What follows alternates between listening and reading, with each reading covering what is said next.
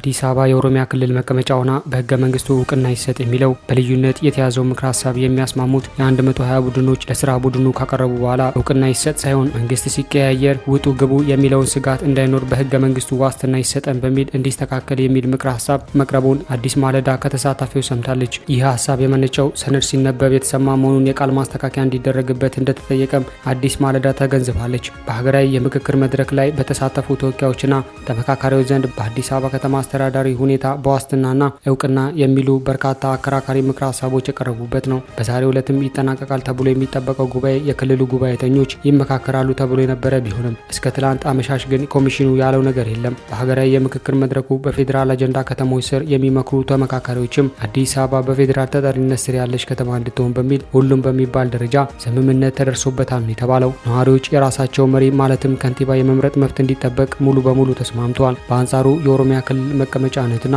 የመውጣትና የመግባት ስጋት መፍትሄን በተመለከተ ህገ መንግስቱ ላይ የኦሮሚያ ርዕሰ መዲና ተብሎ ይጻፍና ክልሎች መቀመጫቸውን የመምረጥ ስልጣን ክፍት ሆኖም ለራሳቸው ክልሎች ሆነው ይተው በሚልም ሁለት አማራጮች በልዩነት ተይዟል። በ120 አባላት ባሉት አካል ሲጣጣምም የቆየው ይህ ምክር ሀሳብ ለስራ ቡድኑ ማለትም ለ500 ከቀረበ በኋላ በኦሮሚያ ተሳታፊዎች ዘንድ በልዩነት ተይዞ የነበረው በህገ መንግስቱ የኦሮሚያ መቀመጫ እንደሆነች እውቅና ይሰጥ የሚለው የእውቅና ሳይሆን የዋስትና ይሰጥ በሚል ይስተካከል ብለዋል ሲሉ ተመካካሪዎች ለአዲስ ማለዳ ገልጸዋል። አዲስ አበባን ወክለው በፌዴራል ከተሞች አጀንዳ ላይ እየመከሩ ያሉ አንድ ተሳታፊ ለስራ ቡድኑ ከቀረበ በኋላ እውቅና ሳይሆን ዋስትና ይሰጥ ነው ያልነው፣ ማለትም የመውጣት የመግባት የመቀመጫ ዋና ከተማ እውቅናም ሳይሆን ዋስትና ነው። እናም አሁን እውቅናና ዋስትና አይለያይም ወይ? ልዩነት አለው።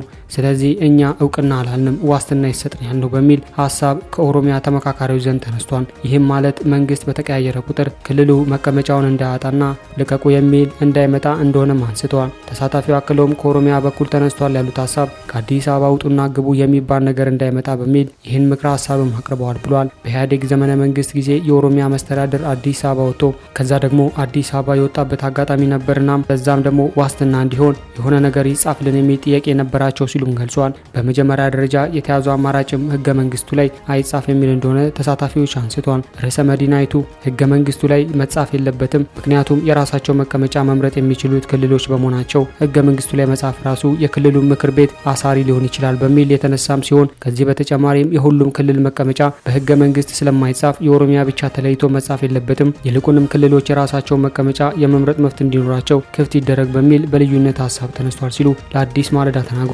በሌላ በኩል ደግሞ ሁለተኛው አማራጭ የኦሮሚያ መቀመጫ ሆና በህገ መንግስቱ ላይ ይጻፍ የሚል መሆኑን አንስተዋል። የኦሮሚያ ርዕሰ መዲና ተብሎ ይጻፍ የሚል አማራጭም ቀርቧል። ምክንያቱም ይሄ በግልጽ ካልተቀመጠ ነገ ሌሎች ክልሎች መቀመጫችንን አዲስ አበባ እናደርጋለን ቢሉ ቀውስን ይፈጥራል። ይህ ምክረ ሀሳብ የመጀመሪያውን የሚቃወም እንደሆነ የሚያነሱ ተሳታፊዎች አዲስ አበባ በኦሮሚያ ክልል መሀል የምትገኝ በመሆኗ ለኦሮሚያ ልዩ እውቅና በመስጠት የኦሮሚያ ርዕሰ መዲና ተብላ በህገ መንግስቱ መጻፍ አለባት ተብሏል። በሌላ በኩል ደግሞ የኦሮሚያ ርዕሰ መዲና ተብሎ ከተጻፈ ክልሉ የሌላ አካል ስልጣን ውስጥ እንዳይገባ የህግ ወሰን ሊበጅለት ይገባል። ይህ አባባልም ከተማዋን እንደ ዋና መዲና የመጠቀም ስጋትን ለመቀነስ ብቻም ታስቦ የተደረገ እንጂ ሌላ ተጨማሪ ስልጣን ለመስጠት እንዳልሆነ በግልጽ እንዲቀመጥ ምክረ ሀሳብም ቀርቧል ተብሏል። መጀመሪያ አካባቢ ራስ ገዝ ወይም ነጻ ከተማ የሚል ሀሳብ ተነስቶ እንደነበርና ይህም ብዙ ያልተገፋበት መሆኑን ተሳታፊዎች ተናግረዋል። ነገር ግን ተሳታፊዎች ነጻ ከተማ የሚል ስላነበቡ ለምን ገባ የሚል ተነስቷል ብለዋል። አክለውም ነጻ የሚለው ይነሳ የሚል ሀሳብ ቀርቧል ያሉ ሲሆን እንደኔ ግን የሚነሳም አይመስለኝም ይላሉ። ተሳታፊው ይቀጥሉ እና ነጻ ከተማ ማለት ነዋሪው የራሱ መሪ የሚመርጥበት ሁኔታ ሙሉ ኃላፊነት ያለው እንደሆነ በማንሳት ከሌሎች ማለትም ከፌዴራል ወይም ማንኛውም አካል ነጻ ሆኖ የሚል በመሆኑ ይነሳ ያሉ መኖራቸውም ጠቅሷል። አክለውም ምክንያቱም ከሌሎች ነጻ ከተማ ሆኖ የሚል ነበር የተነበበው ያሉ ሲሆን ይህ ደግሞ አንዳንዶች እንዳልተስማሙበት አውስቷል። የከተማዋ የስራ ቋንቋን በተመለከተ ወደ ሌላ አጀንዳ ማለትም በቋንቋ ላይ ወደ ተመከረበት አጀንዳ እንዲሄድ መሸጋሸጉን አንስተዋል። ይህም በሌላው አጀንዳ ላይ 13 የስራ ቋንቋ ተብሎ እንደነበርና አዲስ አበባ ላይ ያነሱት 6 ቋንቋዎች ብቻ እንደሆኑም ገልጿል።